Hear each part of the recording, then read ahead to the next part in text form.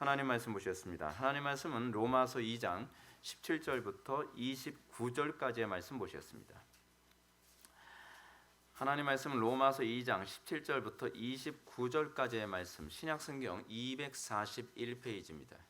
신약성경 241페이지 로마서 2장 17절부터 29절까지의 말씀 찾으셨으면 제가 봉독하겠습니다.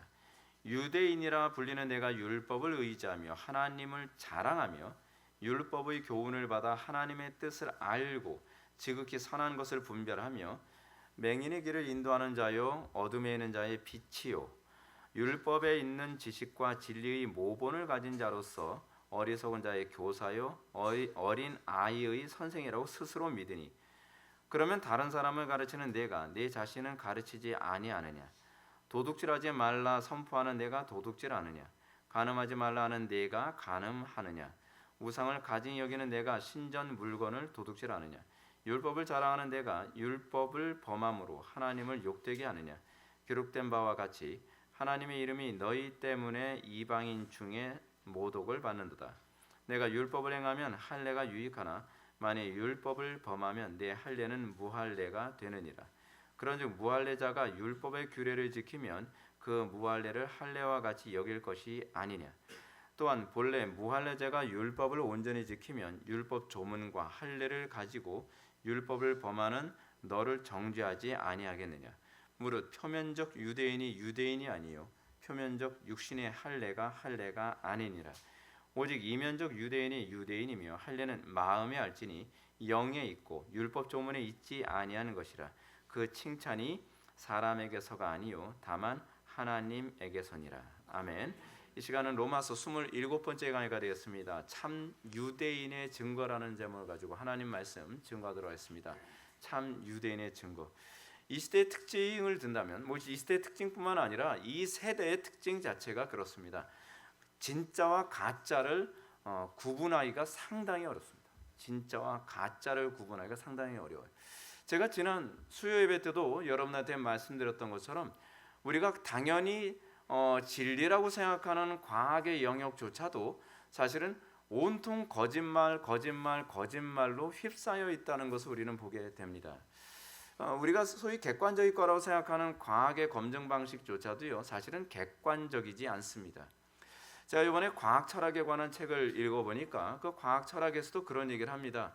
과학이 객관적이라고 한다면 사실은 과학자가 하나의 결론을 도출하기 위한 데이터를 수집하는 것이 객관적이어야 하는데 그 데이터를 결코 객관적으로 수집할 수 없다는 거예요. 왜냐하면 과학자는 자기가 원하는 방식대로 데이터를 수집하기 때문에 그렇습니다.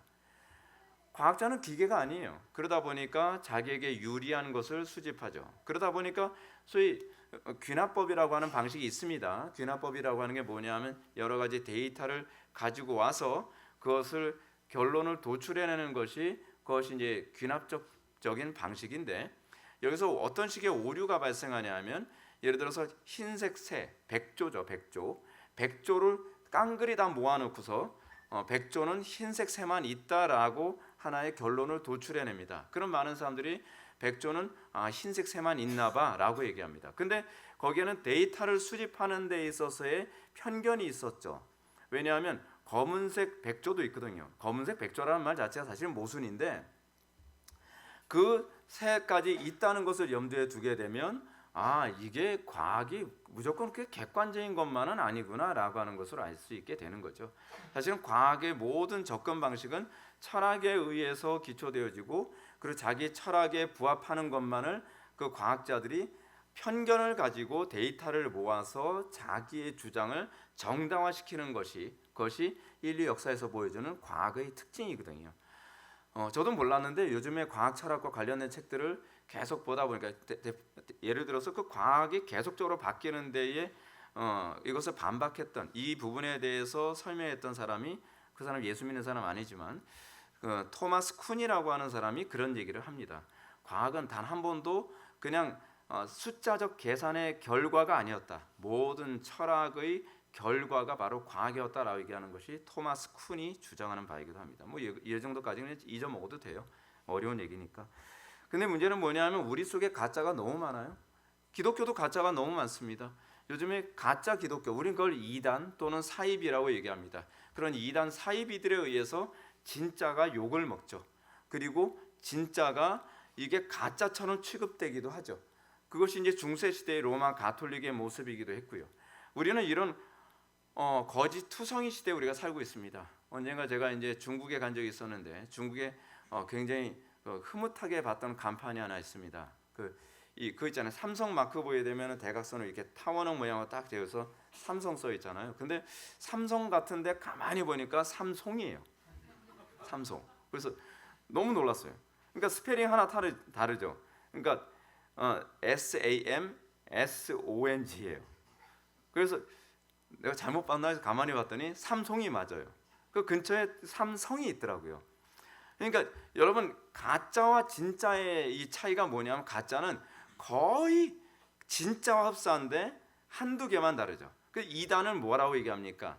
달을 이자에다가 끝 단자를 쓰잖아요. 끝이 조금 하나 다른 겁니다. 그것이 거짓의 정체성입니다.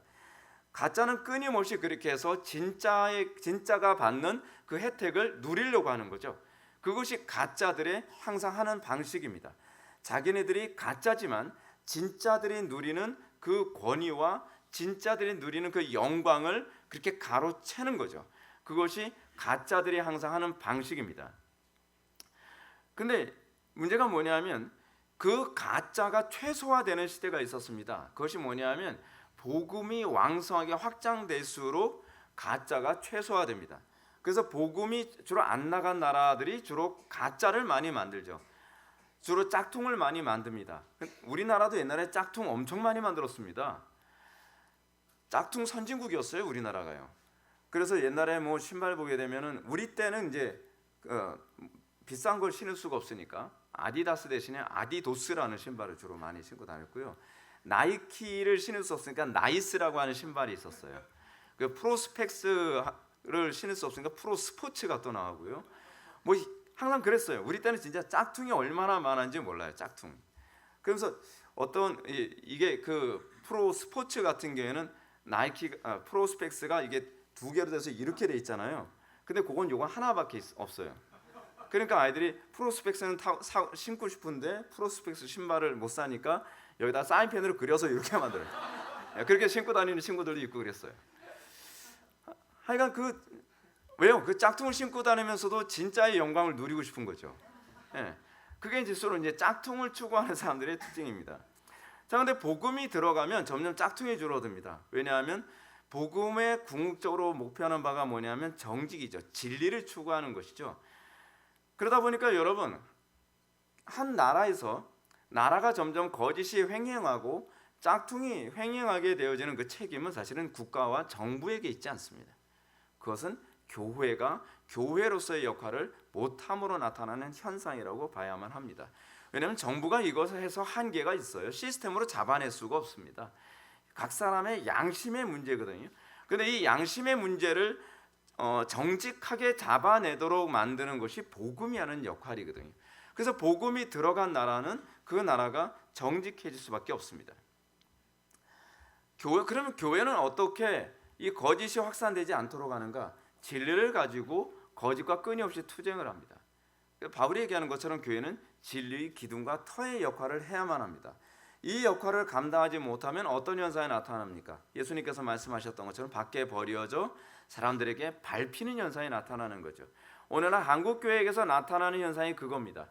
진리의 기둥과 터로서의 역할을 감당하기보다는 그냥 어떻게 하든지 사람들을 많이 끌어모아서 그냥 예배당 의리의리하게 짓고 그 진짜가 누리는 영광 같이 누리려고 하는 그런 가짜 흉내를 내는 그런 교회들이 많다 보니까 점점 이 세상이 썩고 부패하고 타락해져 가는 것입니다.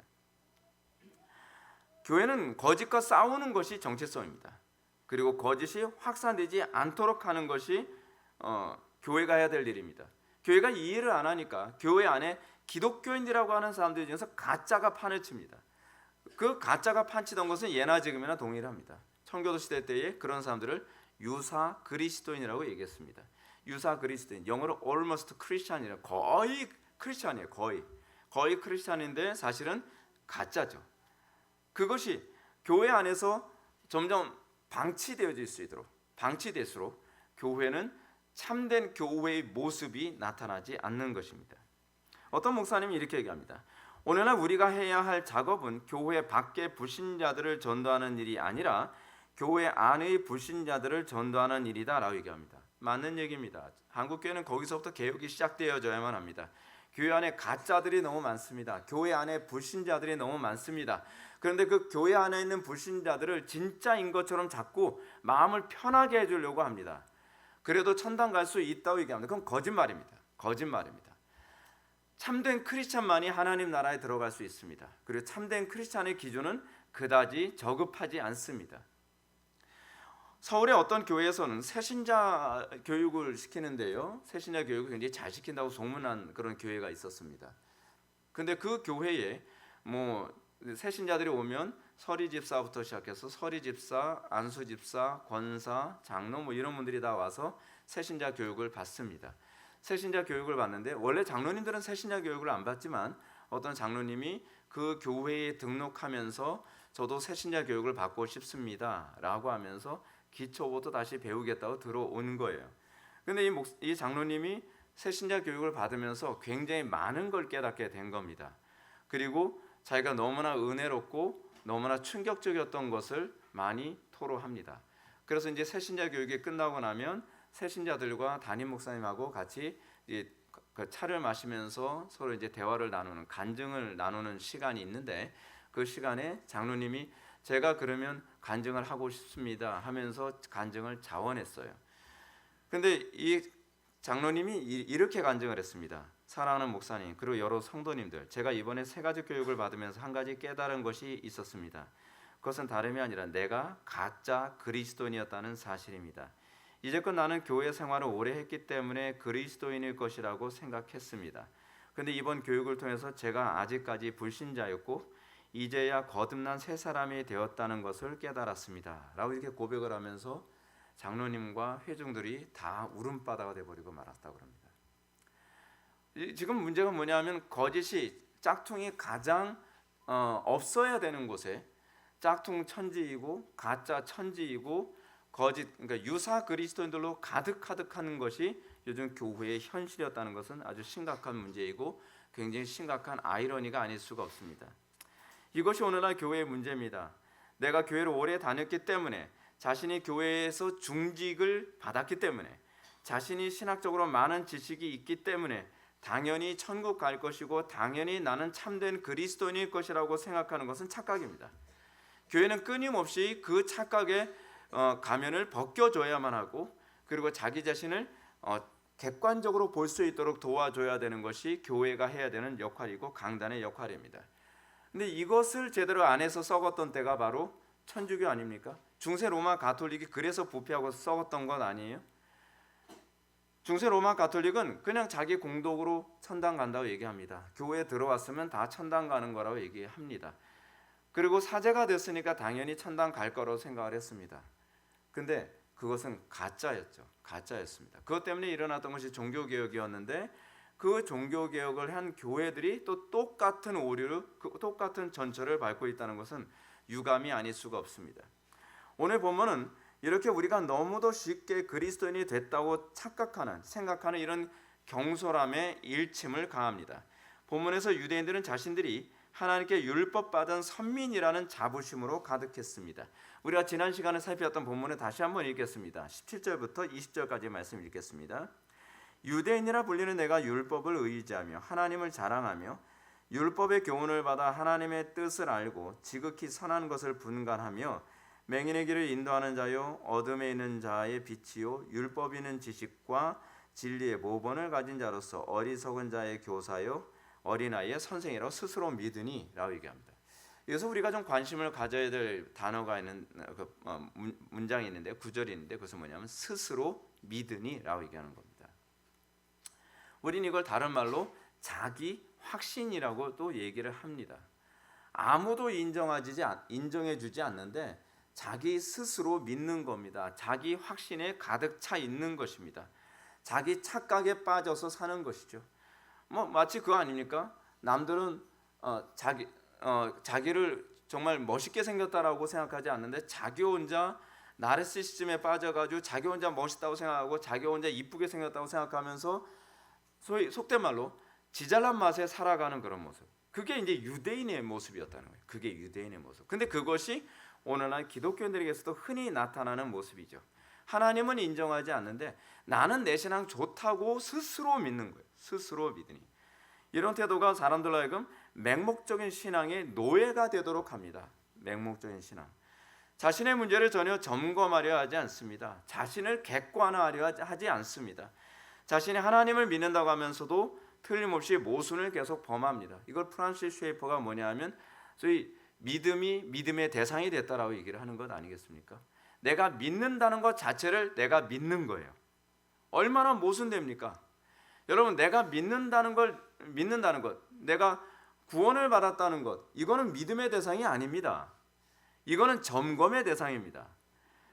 여러분들이 좋은 대학에 갈 것이라고 하는 것이 믿음의 대상이 될 수 있습니까?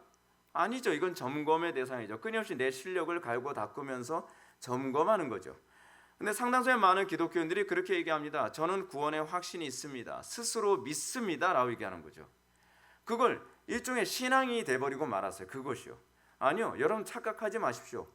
여러분들의 믿음은 신앙의 대상이 아니라 점검의 대상입니다. 여러분들의 믿음의 대상은 그리스도고 여러분들의 믿음의 대상은 말씀입니다.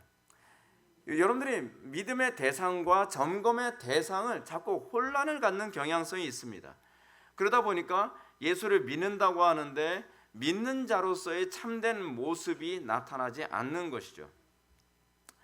이런 태도 때문에 사람들은 성경의 가르침을 믿고 따르는 것이 아니라 자신이 스스로 믿는 바를 지지해주는 가르침만 찾아서 다닙니다. 왜냐하면 자기 믿음이 기준이 돼버렸으니까요. 자기 믿음이. 이거 굉장히 심각한 문제거든요. 사람들이 이렇습니다. 여러 목사님들의 설교를 들으면서 자기 믿음하고 안 맞으면 틀렸대요.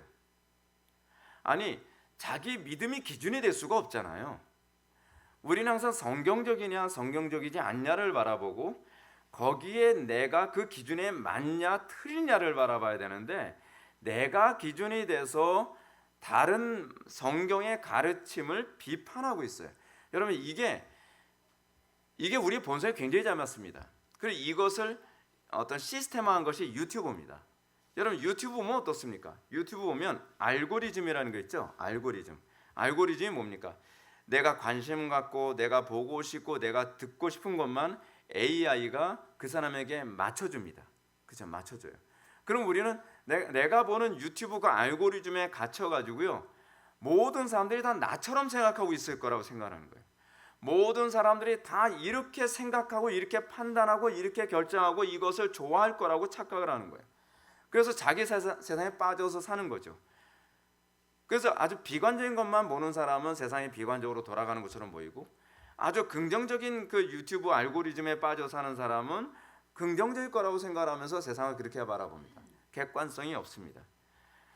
그리고 이제 만약에 자기의 생각과 자기의 관심하고 좀 안 맞으면 거기다가 이제 그 똔똔똔 3개짜리가 있습니다. 여러분들 그걸 잘 기억하십시오. 똔똔똔 3개짜리 딱 누르면 관심 없음 또는 채널 추천 안 함을 누르시면 됩니다.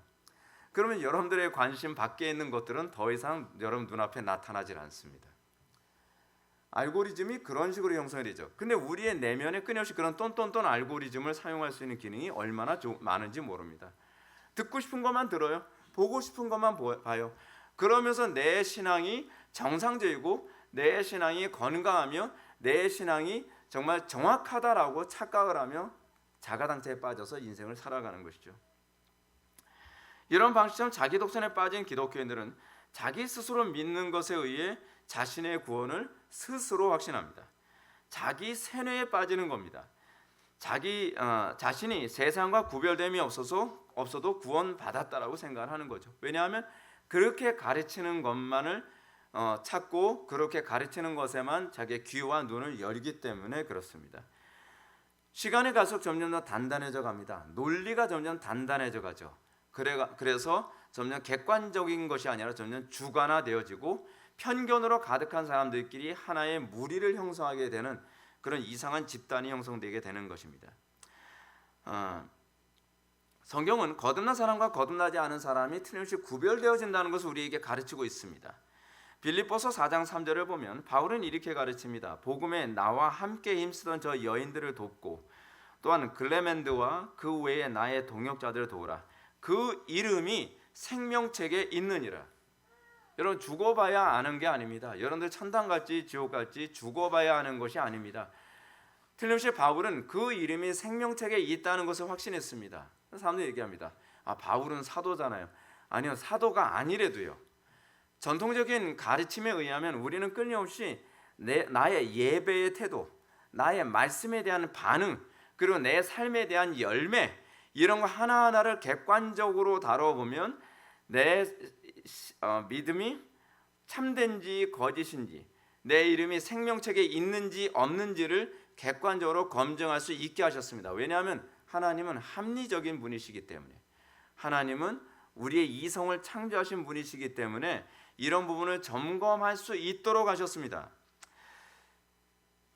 이런 바울의 확신은 예수님께서 좋은 나무가 나쁜 열매를 맺을 수 없고 못된 나무가 아름다운 열매를 맺을 수 없느니라 라고 하는 이 가르침에 근거합니다. 여기서 지적하고 싶은 것은 바울이 유대인에게 하는 말이 율법을 가지고 있다는 것 때문에 율법의 교훈을 받아 하나님의 뜻을 알고 지극히 선한 것을 분별하며 맹인의 길을 인도하는 자요 어둠에 있는 자의 빛이요 율법에 있는 지식과 진리의 모본을 가진 자로서 어리석은 자의 교사요 어린아이의 선생이라고 스스로 믿고 있다는 얘기입니다. 이것을 가지고 있기 때문에 당연히 자기는 스승으로서의 자격이 있고 자기는 모본이 될 수 있는 자격이 있다라고 스스로 믿고 있다는 것입니다. 자기 확신에 빠져 있다는 얘기죠. 이 말은 바울이 유대인들에게 너희가 율법을 가지고 있는 것 때문에 소경된 사람을 인도할 수 있는 권리가 있다는 걸 얘기하지 않는다라고 얘기하는 겁니다. 여러분, 우리는 이런 부분에 대해서 자꾸 착각을 하잖아요. 내가 운동에 대한 지식이 있기 때문에 운동을 가르칠 권리가 있는 것이 아니라 내가 그 운동에 대한 지식과 그 운동을 내 몸에 체화시켰을 때라야만 우리는 그 운동을 다른 사람들에게 가르칠 수 있는 라이센스가 주어지는 거죠. 라이센스가. 그래서 여러분들 일반 은총적인 차원에서도 그렇지 않습니까? 어떤 사람이 어떤 운동 자격증을 만약에 따는다고 할 때 그냥 필기 시험만 보지 않죠. 필기 시험과 실기 시험을 다 보죠. 왜냐하면 자기가 알고 있는 것을 실제로 몸에 얼마나 체화했는가를 염두에 두고 그 다음에 다른 사람을 가르칠 수 있는 라이센스를 그 사람에게 주는 거죠. 근데 이 유대인들은 자기네들이 율법에 대한 지식이 있으니까 다른 사람들을 가르칠 수 있는 자격이 있다라고 자꾸 착각을 하고 있다는 겁니다. 여러분들, 우리가 신앙생활에서 조심해야 될 게 그겁니다. 내가 교리를 많이 알고 있기 때문에 다른 사람들을 영적으로 도울 수 있을 것이다 착각하지 마세요. 여러분들이 교리를 아는 것을 여러분들의 삶에 체화하기 전에는 나는 그것을 알고 있는 것이 아닙니다. 오히려 스스로 믿고 있는 것에 불과합니다. 내가 알고 있을 거라고 스스로 믿고 있는 거죠. 교회 오래 다닌다고 해서 여러분들이 신자가 아니고요. 여러분들이 교회에서 직분을 센 걸 받았다고 해서 센 거다라고 하는 얘기, 여러분 무슨 얘기인지 아시죠? 그거 받았다고 해서 여러분들이 복음을 알고 있다는 것을 의미하지 않습니다. 그것이 여러분들의 거듭났다라고 생각하는 것을 검증할 근거가 되지 않는다는 것입니다. 구원받아 거듭나는 것은 오직 믿음이고요. 그리고 그 믿음에 의해서 거듭났다고 한다면 여러분들에게 기대해야 되는 것은 열매입니다. 열매가 없다고 한다면 여러분들에게 있어서 거듭났다고 하는 것, 여러분들이 참된 믿음이라고 하는 것을 입증할 아무런 근거는 존재하지 않습니다. 마태복음 7장에 보면 예수님께서 남을 율법으로 판단하지 말 것을 가르치면서 어찌하여 형제의 눈 속에 있는 티는 보고 내 눈 속에 있는 들보는 깨닫지 못하느냐라고 말씀하시는 장면이 나옵니다. 우리는 예수님의 이 말씀에 대해서 다른 사람을 판단하지 말라고 얘기하는 것인가 아닌가에 관해서 먼저 질문을 던지게 됩니다. 여러분, 그리스도인들은 분별하는 사람입니다. 그리스도인들은 판단력이 불신자들보다 당연히 좋아야만 합니다. 근데 많은 사람들이 이 구절을 가지고서 자꾸 어떻게 얘기를 하냐면 판단하지 마 그런단 말이에요. 아니요, 판단하셔야죠. 사도 바울이 베레아 교회를 보면서도 뭐라 얘기합니까? 베레아 교인들은 신사적이고 현명해서 어떻게 해요? 사도들의 가르침조차도 분별해서 들었다고 얘기합니다. 그것이 그런가 그렇지 아니한가, 그것이 성경에 부합한가 부합하지 않은가 분별해야죠. 판단해야죠. 판단이 없으면, 여러분, 판단력이 없으면 짐승이죠. 근데 왜 판단하지 말라고 얘기합니까? 근데 여기서 예수님께서 말씀하시는 바가 무엇입니까? 판단하지 말라고 얘기하는 것이 아니라 판단할 수 있는 자격 조건을 갖춰야 된다고 얘기를 하는 거예요. 여러분, 이런 사람 있잖아요. 쥐뿔도 모르는데 판단하는 사람은요, 아무것도 얻지 못합니다. 그렇잖아요. 우리는 그걸 뭐라고 얘기합니까? 교만한 놈이라고 얘기해요. 교만한 놈. 아니, 쥐뿔도 모르면서 고수가 말하는 거에 대해서 판단하고 있어요. 예를 들면 이렇잖아요. 운동 초보가 운동 고수가 가르치는 거에 관해서 저건 아닌 것 같아. 내가 보기엔 저건 아니지. 그게 진짜 아니죠. 그게 아니죠. 근데 어느 정도 우리가 판단할 수 있는 기준을 배우고 그 기준을 갖췄다라고 한다면 그 기준에서 벗어나는 것인지 벗어나지 않는 것인지는 판단해야죠. 왜냐하면 사이비가 많으니까요. 사이비가 확산되도록 만드는 것 중 하나 뭐냐면 판단하지 않을 때 사이비가 확산되는 것 아니겠습니까? 근데 그 사이비가 확산되지 않도록 판단하려면 뭐부터 시작해야 되느냐? 예수님께서 말씀하시는 것이 뭡니까? 외식하는 자여, 먼저 내 눈 속에서 들보를 빼어라. 그 후에야 밝히 보고 형제의 눈 속에서 티를 빼리라. 형제의 눈 속에 티를 빼줘야죠. 그리고 우리는 옳고 그름을 판단할 수 있어야죠. 근데 형제의 눈에 티를 빼주고 옳고 그름을 판단하려면 뭐부터 시작해야 돼요? 내 눈에 들보가 빠져야죠. 그렇죠? 내 눈에 아마추어리즘이 없어져야죠. 근데 이거를 빼지 않고서 내 눈에 들보가 뭡니까? 자신의 죄인됨을 절감하는 거죠. 내가 얼마나 큰 죄인인지 자기부터 깨달은 다음에 그 다음에 형제의 눈에 있는 티를 봤을 때 그 티를, 그 불편함을 느끼면서 조심스럽게 빼줄 수 있다는 것 아니겠습니까? 여러분, 눈에 티가 들어가지고 잘 안 빠질 때 어디 갑니까? 병원 가죠. 병원 가는데 여러분 생각해 보세요. 병원에 의사가, 안과 의사가 난 잘 안 보이는데 눈 어디 있어? 눈 여기인데요. 자, 뺄게. 그러면서 핀셋 가지고 그냥 생각. 그거요, 그거. 여러분, 먼저 뭐가 돼야 됩니까? 내가 볼 수 있는 기능이 있어야죠. 들보가 뭡니까? 자기 눈을 가렸다는 거잖아요. 근데 자기가 뭐 볼 수 있는 기능이 없음에도 불구하고 남의 눈에 티를 빼주겠다라고 얘기한다면 큰일 나는 거죠. 사고 치는 겁니다. 율법과 교리를 많이 배웠다고 해서 들보가 보이는 것이 아닙니다. 들보는 성령의 조명을 받아야 되고요. 성령께서 율법과 교리를 자신에게 적용시켜서 내가 얼마나 끔찍한 죄인인지를 자각하게 됐을 때에 그 이후에 형제의 눈에 있는 티를 빼줄 수 있는 그런 기능이 생기는 것이죠. 자기에게 기능도 없으면서 그냥 돌아다니면서 눈에 티 빼주겠다고 눈을 후비고 돌아다니면 사람 얼마나 많이 잡습니까? 그게 유대인들이 하고 있는 것이잖아요. 여러분, 우리가 교리를 많이 알고 있다고 해서 그것이 우리가 성화됐다는 걸 의미하지 않습니다. 내가 교리를 많이 알고 있다고 해서 다른 사람을 가르칠 수 있다는 걸 의미하지 않습니다. 내가 가지고 있는 교리 가지고서 어설프게 다른 사람의 누나를 잡고 후벼 파고 돌아다니니까 한국 교회가 살벌해지는 것 아니겠습니까? 여러분, 성령께서 율법과 교리를 자신에게 적용시키는 것은요, 그 율법을 다른 사람의 치료의 수단으로 사용할 수 있도록 돕기 위해서입니다. 여러분, 이 칼도요, 어떤 사람 손에 들렸냐에 따라서 칼의 이 기능이 달라지잖아요. 마치 살인자의 손에 든 메스와 의사의 손에 든 메스는 차이가 굉장히 큽니다. 메스 자체는 다르지 않습니다. 소위 율법이라는 메스는 다르지 않은데 그 율법을 살인자가 들으면, 자기 눈에 들보가 보이지 않은 사람 손에 들으면 다른 사람의 눈을 후벼 파는 데 쓰이지만, 소위 의사의 손에 메스가 들리면 환자를 치료하는 도구가 되는 거죠. 물론 메스를 사용할 때 고통스럽죠. 그러나 결과는 다릅니다. 한쪽은 죽이는 것이고 한쪽은 살리는 것입니다. 그것이 율법의 기능입니다. 근데 율법의 그런 기능을 전혀 염두에 두지 않고 내가 율법을 가지고 있으니까 이 율법이라는 메스를 가지고 아무에게나 휘두르면 곤란하다는 겁니다. 조심성 없이 휘두르면 곤란하다는 거죠. 근데 이 율법의 기능이 무엇인지도 모르면서 이 유대인들이 율법 가지고 다른 사람들을 죽이는 데 휘두르고 있다고 바울이 지적하고 있는 것입니다.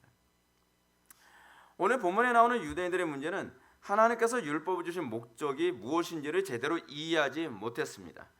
율법을 주신 목적을 제대로 이해하지도 못하면서 자기 스스로 이교도에서 개종한 사람들에게 교사와 선생의 역할을 할 수 있다고 생각하는 거예요. 자신도 복음의 능력과 복음의 영광스러움이 무엇인지도 깨닫지 못하고 있으면서 여기저기 돌아다니면서 복음 가르치며 다니겠다는 거죠. 신앙이 어린 사람이 있으면 내가 다 가르칠 수 있어라고 생각을 하는 거죠. 그래서 영혼들을 다 죽이고 있는 겁니다. 배나 지옥 자식을 만들고 있는 거죠. 그것이 예수님께서 지적했던 유대인들의 문제 아닙니까? 유대인들은 율법을 받았다는 것만으로 자신감에 가득 차 있었습니다. 아니요, 율법은 책임감이에요. 율법은 책임입니다. 그런데 이 사람들에게서 율법이 책임이라는 의식은 갖지 않았습니다. 여러분, 제가 그런 말씀 제가 드렸잖아요. 우리에게 좋은 게 주어질수록 그만큼의 책임을 주어진다고요. 노블레스 오블리제. 근데 이 사람들은 좋은 것을 가졌으니 어떻게 이제는 휘둘러야 된다라고 생각하는 겁니다. 내가 권력을 가졌으니 책임을 져야 된다가 아니라 내가 권력을 가졌으니 이젠 휘두르리라. 내가 많은 돈을 갖게 되었으니 어떻게 이 돈으로 하나님과 이웃을 사랑할까를 고민하는 것이 아니라 내가 많은 돈을 비로소 내가 소유하게 됐으니 내가 고급 차도 스포츠카도 사고 좋은 집도 사고 그리고 이 돈 가지고 뇌물도 주면서 이 돈으로 휘두르리라. 여러분, 딴 사람 몰라도 기독교인들은 그렇게 생각하면 곤란하죠. 아주 곤란한 겁니다. 유대인들은 이 율법이라고 하는 고귀한 것의 기능이 무엇인지를 모르고 휘두를 생각만 했습니다. 그래서 여러분, 율법을 제가 또다시 이렇게 표현하였습니다. 율법은 지도입니다. 근데 여러분, 지도만을 가지고서 여러분 목적지에 도달할 수 있습니까? 지도만을 가지고서 여러분 보물찾기 할 수 있습니까? 못하죠. 지도의 기능이 제대로 발휘하려면 거기에 나침반이 있어야 되는 거죠. 항상 지도와 나침반이 같이 있을 때에 지도가 지도로서의 기능을 제대로 발휘하는 거죠. 근데 우리에게 주어진 율법, 우리에게 주어진 이 하나님의 말씀은 그냥 지도일 뿐입니다. 성령님이시라고 하는 그 나침반의 작용이 없으면 우리는 이 교리 또는 이 성경이라고 하는 지도를 올바른 방향으로 올바르게 사용할 수가 없습니다. 근데 우리는 내 이성이라고 하는 나침반으로 얼마든지 이 성경을, 이 교리를 바르게 사용할 수 있을 거라고 착각을 하죠. 이걸 우리는 다른 말로 교만이라고 얘기합니다. 그래서 바울은 21절부터 23절까지 이렇게 얘기합니다. 그러면 다른 사람을 가르치는 내가 네 자신을 가르치지 아니하느냐? 도둑질하지 말라 선포하는 내가 도둑질하느냐? 간음하지 말라 하는 내가 간음하느냐? 우상을 가증히 여기는 내가 신전 물건을 도둑질하느냐? 율법을 자랑하는 내가 율법을 범함으로 하나님을 욕되게 하느냐? 율법의 궁극적 목적은 하나님을 영화롭게 하는 것인데 율법을 통해서 하나님의 이름을 더럽히고 있어요. 지금 기독교인들 지금 나타나고 있는 한국 사회의 문제가 뭡니까? 왜 구원을 받았는가? 하나님의 영광 나타내며 살라고 구원받은 것인데 지금 요즘 무슨 사이비 이단 가지고서 MBC에서 무지 기독교를 후려치는데 여러분, 그게 기독교 책임이 아주 없는 게 아닙니다. 이단이 어디서 나옵니까? 교회가 교회답게 행동하지 않았을 때 이단이 많이 속출하는 것이거든요. 교회의 존재의 목적은 하나님의 영광을 드러내는 데 있거든요. 근데 상당수의 기독교인들은 자기가 교회 다니면서 구원받았다 그러면 막 살아요. 막 살아. 그 유대인들이 그런 거거든요. 하나님의 이름을 욕되게 하면서 구원의 확신이 있다고 하는 거예요. 그건 잘못 가고 있는 겁니다. 굉장히 잘못 가고 있는 거죠. 타락한 본성을 가진 인간의 전형적인 특징은 자꾸 권력을 휘두르기 좋아한다는 사실입니다. 책임감 있는 삶을 사는 데 대해서 관심이 없다는 겁니다. 복음이 무엇입니까? 이론입니까? 학문입니까? 아니요. 복음은 능력입니다. 우린 여기서부터 출발해야만 합니다. 복음이 능력이라는 것을 여러분들 경험해 봤습니까? 실제로 여러분들은 그 복음이 가져다주는 그 영광스러운 가운데에 여러분들 누리고 있습니까? 복음이 능력이라는 것을 아면 복음은 단순합니다. 심플합니다. 복음이 복잡하지가 않습니다. 그냥 복음, 사람들이 이렇게 얘기합니다. 목사님, 복음에 대해서 막 설명해 주세요. 설명해 주세요. 아무리 설명해도 많이 못 알아듣죠. 그때 이렇게 얘기합니다. 딱 간단해. 그냥 순종해봐. 그러면 알 수 있어. 순종하면 알 수 있는데 이거를 자꾸 이해하려고 하니까 문제인 거예요. 왜 자꾸 이해하려고 그러죠? 왜 순종은 안 하고 왜 자꾸 이해하게 해달라고 얘기하는 거죠? 순종하기 싫으니까 그런 거예요. 순종하기 싫으니까. 순종하지 않을 수 있는 길을 자꾸 찾으려고 하는 거예요. 그러니까 점점 복잡해지는 거죠. 그래서 이렇게 질문합니다. 그래서 순종하지 않으려고 하는 사람들일수록 이렇게 잘못된 질문이 많습니다. 프란시스 쉐이퍼가 얘기하는 것처럼 정직한 질문에 정직한 답변을 하죠. 정말 복음을 알기 원하는 사람에게는요, 어떻게 순종해야 될지를 가르쳐주면 이 사람은 금방 복음에 대해서 눈을 뜹니다. 근데 순종하지 않으려고 하는 사람은 순종은 그냥 죽어라고 안 하면서 목사님 근데 이럴 땐 이런 거 아닌가요? 저럴 땐 저런 거 아닌가요? 뭐 계속 그럼 가만히 들어보면 이거는 순종하려고 던지는 질문이 아니라 어떻게 하니 순종하지 않을 명분을 찾으려고 던지는 질문인 거예요. 네. 그러면 이제 그렇게 나온 거죠. 난 너한테 대답해줄 아무 가치를 못 느끼겠어. 너는 순종하려고 질문하는 것이 아니라 순종하지 않을 명분을 찾기 위해서 질문하는 거잖아. 진리는 그런 사람들에게 열리지 않습니다. 진리는 순전한 사람들에게만 열립니다.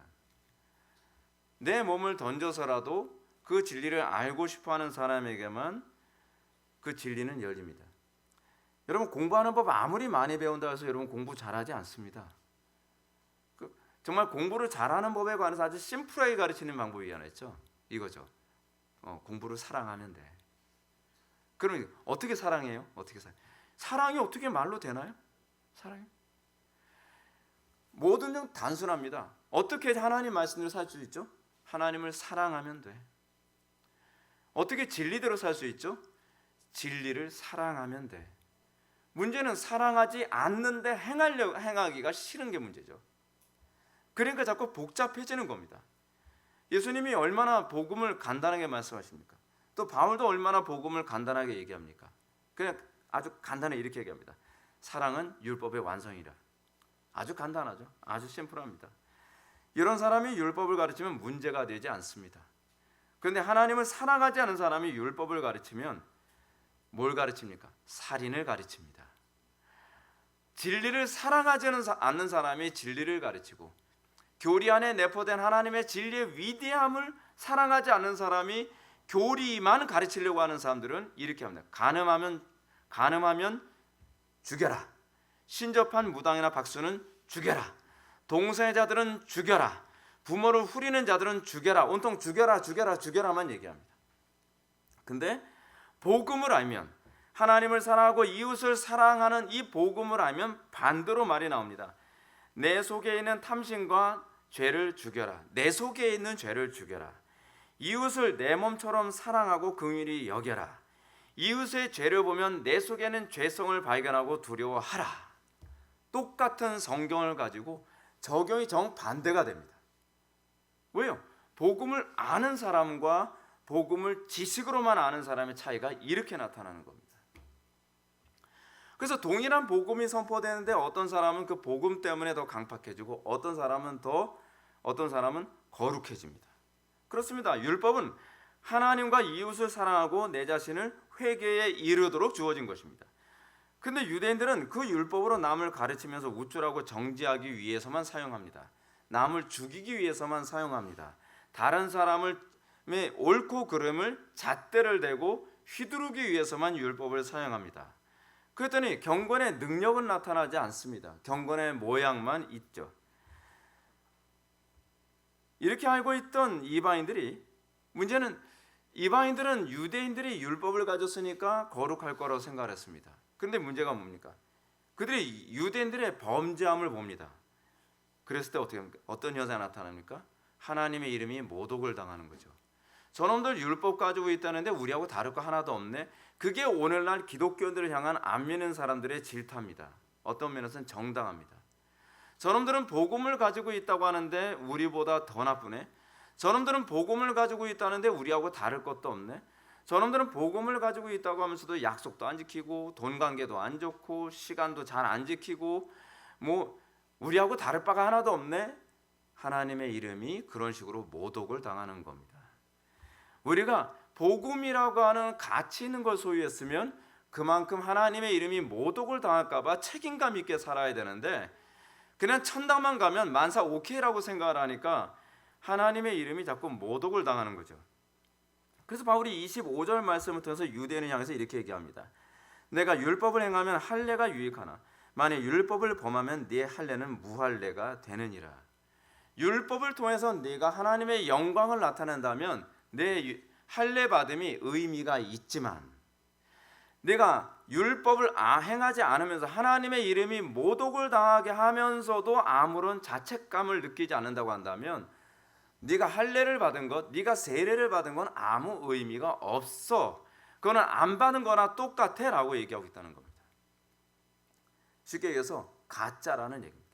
넌 가짜야 라고 얘기하는 겁니다. 여러분, 할례가 뭡니까? 구약에서 할례는 신약에서 세례하고 같은 의미거든요. 옛사람은 죽고 새 사람으로 다시 태어남, 새로운 인생을 살아감. 그래서 이 할례를 어떻게 합니까? 애가 태어난 지 8일 만에 포경 수술을 해주는 거죠. 포피를 잘라내면서 옛사람은 죽고 새로운 언약 백성으로 구원받았음을 얘기하는 겁니다. 근데 바울이 구약에서 하나님께서 하나님의 언약 백성으로 주어진 이 징표에 대해서 얘기하면서 이 징표는 니네들이 언약 백성이라고 하는 부분을 알려주는 것뿐만 아니라 언약 백성이 어떠한 사람인가를 알려주는 것이다 라고 바울이 가르치고 있는 거거든요. 그래서 너희들이 만약에 율법을 지키지 않고 너희들이 하나님의 영광을 드러내는 데 관심이 없다고 한다면 너희들이 할례를 받은 건 아무 의미가 없어. 이건 그런 의미로 주어진 게 아니야 라고 바울이 얘기하는 겁니다. 그래서 바울은 한 수 더 떠서 26절을 통해서 그런즉 무할례자가 율법의 규례를 지키면 그 무할례를 할례와 같이 여길 것이 아니냐. 이방인에서 기독교로 개종한 사람이 있어요. 유대교로 개종한 사람이 있단 말이에요. 근데 이방인에서 유대교로 개종한, 예를 들어서 고넬료 같은 사람이죠. 그 사람이 경건하여 하나님의 영광 위에서 산다고 한다면 그가 비록 할례 받지 않은 이방인이란다 할지라도 그는 할례 받은 유대인보다 낫다. 아니, 그야말로 참 유대인이요, 그야말로 할례 받은 사람으로 간주해야 된다라고 바울이 지적하고 있는 겁니다. 근데 여기서 흥미로운 게 뭐냐면 바울은 의도적으로 율법이라고 얘기하지 않고 율법의 규례라고 얘기합니다. 그래서 바울이 언급하는 율법의 규례란 율법의 행위적인 모습을 얘기하는 것이 아니라 율법의 스피릿을 얘기하는 거예요. 율법의 정신을 얘기하는 겁니다. 다시 얘기해서 네가 할례를 받았다고 하는데 네 마음속에 율법의 스피릿, 율법의 정신이 없다면, 쉽게 얘기해서 정신 나간 놈이죠. 율법의 정신이 없다면 너는 할례 받은 것이 아무 의미가 없다라고 얘기하는 거예요. 그러나 이 이방인 중에서 유대교로 개종한 사람이 율법의 정신이 뭡니까? 하나님 사랑, 이웃 사랑이죠. 하나님 사랑, 이웃 사랑의 궁적 목적이 무엇입니까? 하나님의 이름이 영화롭게 되는 거죠. 그것에 관심을 가지고 살아가는 고넬료 같은 경건한 사람이라고 한다면 그는 할례를 안 받았다 할지라도 그는 할례당이다라고, 할례 받은 사람이다라고 그렇게 지적하고 있는 것입니다.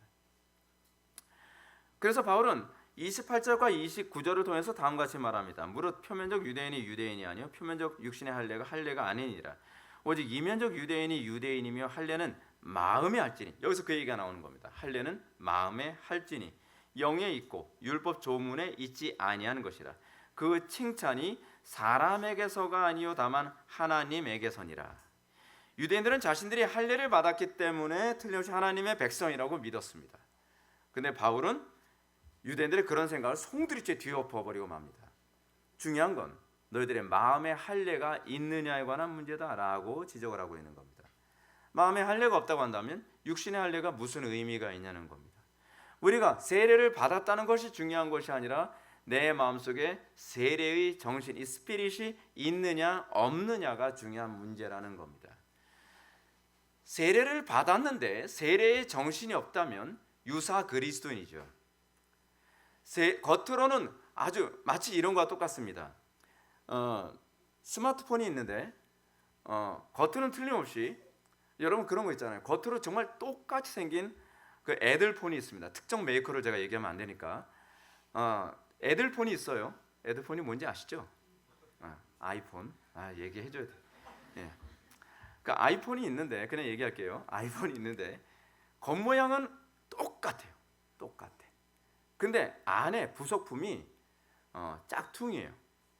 그러면 여러분들 이거는 아이폰인가요? 짝퉁폰인가요? 짝퉁폰이죠. 똑같아요. 겉으로 세례도 받고 때 되면 주의 성수도 하고 헌금도 하고 종교 행위를 다 하는데 그 속에 뭐가 없어요? 스피릿이 없어요. 성령이 거하지 않아요.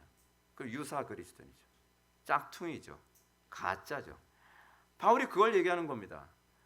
겉이 아무리 아이폰처럼 보여도 그것은 짝퉁 아이폰인 것처럼, 우리가 아무리 참된 기독교인들이 할 수 있는 모든 행태와 율법과 교회에서 요구하는 모든 성례 다 참여한다 할지라도 그 속에 복음의 정신, 그 성령의 내주하심이 없다고 한다면 그건 가짜라는 것입니다.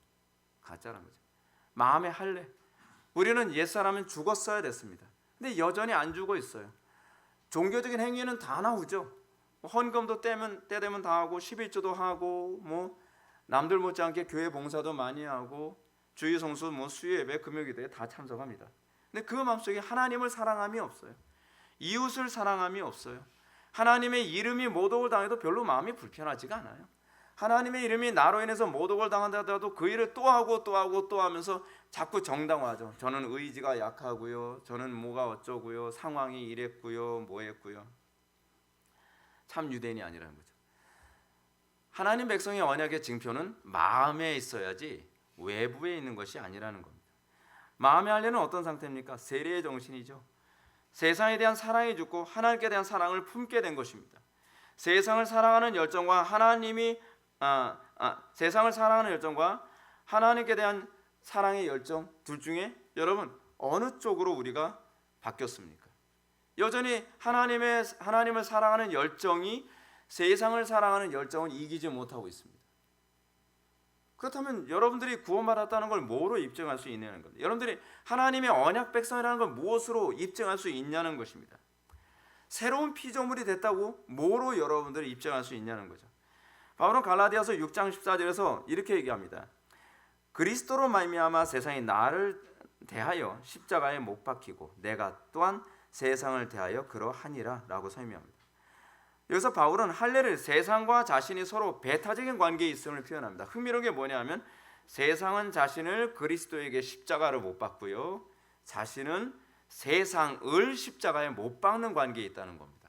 서로 십자가에 못 박습니다. 세상은 바울을 십자가에 못 박고 바울은 세상을 십자가에 못 박습니다.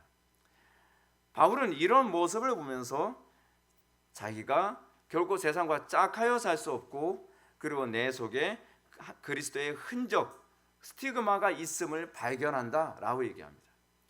어떻습니까? 여러분들은 세상에 의해서 끊임없이 십자가에 못 박히는 삶을 살아갑니까? 또는 여러분들은 끊임없이 세상을 십자가에 못 박으며 살아갑니까? 예수님의 삶이 그런 삶이었습니다. 바울의 삶이 그런 삶이었습니다. 우리의 신앙의 선배들의 삶이 그런 삶이었습니다.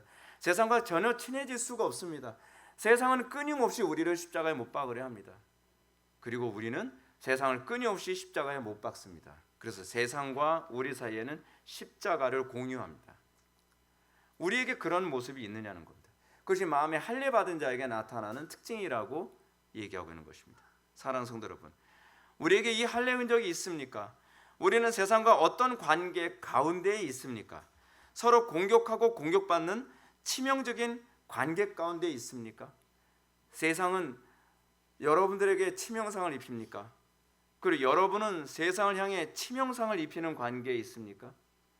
애석하게도 오늘날 상당수의 기독교인들은 세상에 의해서 치명상을 입지도 않고요, 그리고 세상에게 치명상을 입히지도 않습니다. 그러면서 우리는 뭐라고 얘기합니까? 그래도 나는 기독교인이다 라고 얘기합니다. 그럴까요? 과연 그럴까요? 저는 아닐 거라고 생각합니다. 성경이 가르치는 그리스도인은 세상에 날마다 치명상을 입히는 존재입니다. 그리고 세상은 날마다 우리의 삶에 치명상을 입힙니다. 그래서 우리는 이 땅의 삶이 끊임없이 십자가를 지는, 그리고 그리스도와 함께 멍에를 같이 지는 삶의 연속선상에 있습니다. 여러분들은 어떻습니까? 종교적 형식은 다 갖추고 있고 겉으로 케이스는 아주 말끔하게 아이폰이고 삼성폰이고, 그런데 여러분들의 내면은 여전히 짝퉁폰의 모습을 그대로 가지고 있습니까? 세상은 여러분들에게 치명상을 입힙니까? 여러분들은 세상에 치명상을 입힙니까? 여러분들에게 만약에 이것이 있다면 여러분들은 참 유대인이요 참된 그리스도인임에 틀림이 없습니다. 기도하시겠습니다.